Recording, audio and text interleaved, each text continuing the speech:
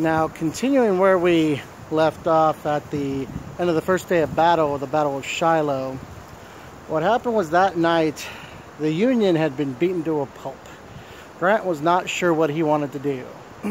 And finally came down to a point where the general at the front line, William Tecumseh Sherman, actually came forward, and he was thinking, we need to retreat.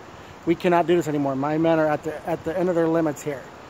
And he found Grant standing under a tree, soaked to the bone because it was pouring rain in the middle of the night, and he was standing there puffing on a cigar because he was uncertain what to do as well, because he could not sleep either because of all the cries and the screams of the men who were wounded.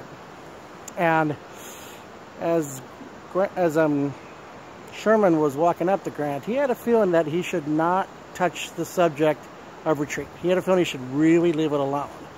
And so he's standing next to him, and he goes, "Well, Grant, we sure had the devil's day today, correct?" I'm not quoting exactly right, but that's basically what he said.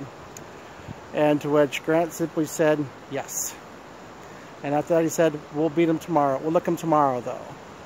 Rather than discussing retreat and showing a defeatist attitude, because Sherman was not a coward by any stretch of the imagination. He was a tenacious fighter, but he saw that his men were at the end of their rope. So they pushed on, and with reinforcements, they were able to take back everything they had lost. And so the Union troops actually did win the Battle of Shiloh on April 7th, 1862.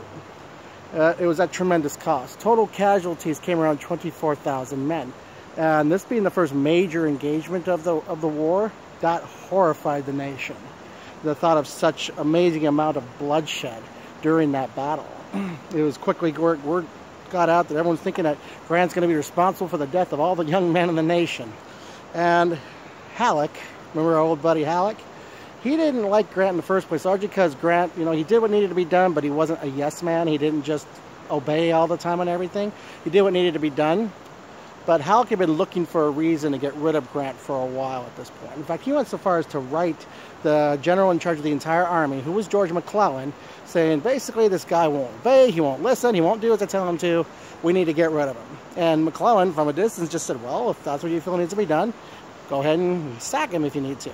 And up to that point, Grant had been victorious with no real problems at Fort Donelson and other places, but at the Battle of Shiloh, even though it was a Union victory, the fact that it was a major amount of blood loss that really freaked out the nation, Halleck used that to his advantage and removed Ulysses Grant from command at that point. More on that to come.